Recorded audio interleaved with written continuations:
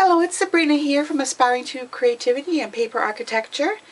I'm going to give you a different kind of a walkthrough for this particular video of a project that I was making for Paper Architecture and had many problems with all the different sections of video that I did, and I was unable to edit instructions from them, and so I'm just going to show you this project and do this sometime in the future. As you can see, I have three different sections here. So I'm going to start by showing you the base. And this is the base, and the reason why I constructed the base is for stability of adding layers to it, but also because I wanted to put some decorative feet or legs at the bottom of the box. And since the bottom layer of the box didn't have the space to be able to put the legs on, I created this base. So it serves two purposes. Then we have another section here that can be made this way with a box, with a drawer in it, which I will pull out and show you here. And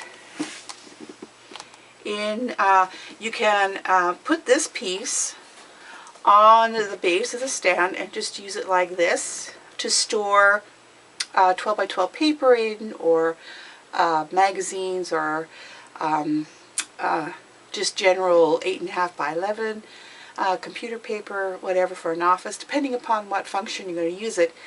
Then on top of this you could stack, or you could have the drawer piece as I had it originally. You could have that on the bottom like so, and then you could have your drawer unit down there, and then you could have one like this to store your paper on top. And then we have a third section, but let me show you this drawer here. It has all the different dividers here with small little boxes here, and some slightly larger, and a larger one here. And this is actually a tray that lifts out of your drawer, and then you have some more divided spaces that are pretty much square, close to being square. So this is the drawer piece that you can fit into this, or use it empty as a shelf unit. And of course this would get glued on when you're, I haven't glued mine on yet because I just wanted to show you how you can configure it in different ways. So, and then my top unit here is actually, it has magnetic closures here, and I have a graphic 45 drawer pull with some, to make the handle look bigger because it's so small on this 12 by 12 lid, that I added these Butterbee Scraps filigrees next to the drawer pull. So you just lift it up, and the magnetized part here, like so.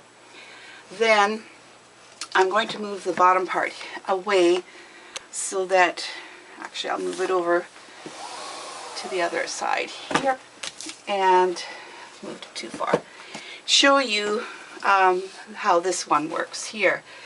So when you open it up, I created a pocket here because I wanted to use this for sewing, and wanted a place to put my sewing manual here. And what I've done is I have matched the pattern of this pocket and the lining of the pocket to match the paper that I have in the background here. So if I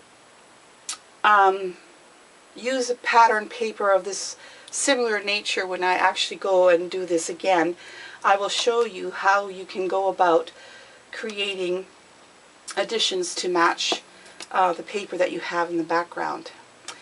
Then here you'll also note that it looks like the full 12 by 12 piece from the graphic 45 couture paper, and that the pattern matches. But when you take these out, it's actually two separate pieces, but I've folded it in a way so that it's either side of the paper so that they match up when they're in here. So So I have these Butterbee Scraps ring fasteners, drawer pulls if you like. They're nice and big. I like these. I'm going to use them again on other projects. And then underneath there is deeper dividers in different sized sections. So this one is the full length here. Like if I was using this for the sewing box, I could put my large scissors in here. And then there's a smaller one, and then there's, you know, varying different sizes of pockets or divided sections. So the reason why I have this section here, of course, is because it's 1/2 inch down all the way around, so that keeps things in there without coming out. It looks decorative, plus it allows for the space of what I have here on the lid. So when we, I'm going to actually go ahead and glue these all together again, and then do another walkthrough showing you how it looks like and how it works when it's together. So this was the big project that I did, and we'll have to do again in the future, but I thought I would share it to you. And I've used the Graphic 45 couture paper here, and it was a big project but a lot of fun.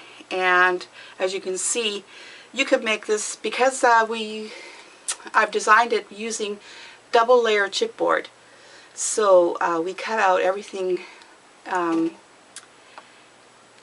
in twos out of the chipboard so that we can glue the 2 layers together.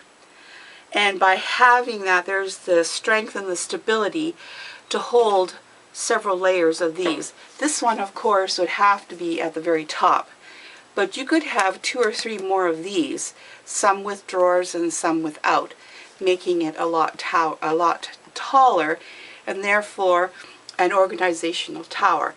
It could be used for a jewelry box, and any kind of accessories for dressing jewelry and scarves and so on and so forth, depending on the configuration of the dividers that you put in here.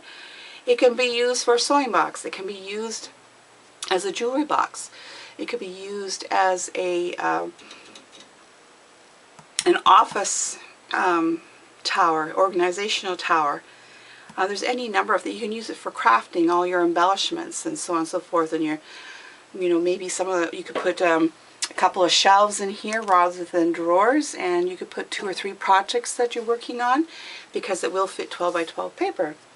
So I thought I would just share this project with you, and I'm going to go ahead now and I'm going to attach all my layers together so that it's one solid piece, and then I will walk you through it again when it's all completed. Okay, so I am back. I have done a little bit more embellishing, and I have put all my pieces together so that they're glued together now. So what I've gone ahead and done is I have added some embellishing in the front. I put a chipboard piece here with some tassels hanging from it. Since I had the tassels down here, I made that addition, and then I stuck this chipboard tab piece down here, and another chipboard piece down here at the bottom. Excuse me. So that's all I did for adding embellishing on the outside, because the pattern is pretty busy with that lacy look. I didn't want to, if you put too much on there, you're not going to really see it anyway. So the next thing that I did for embellishing is I went ahead and did some fussy cutting and put these beautiful women in their fashions on there, and I added tassels to the ring pulls as well here. So that's pretty well all the additional embellishing that I've done with this particular piece. And one thing that I will do when I remake this project in the future is I'm going to put some ribbon holes here for the lid. I had in mind to do that, but apparently I forgot about it. So so that's it for this stackable organizational box that I've created. And like I say, you can make any number of these down below, some without drawers and some with, and stack them up and make a taller tower. So thank you so much for joining me, and I'm sorry that my camera and videos failed in getting the instructions out to you, but I hope maybe sometime in the fall or closer to Christmas I will get this project out again. The latest would be in the new year. So thank you for joining me, and happy paper crafting, everyone. Have lots of fun. Bye for now.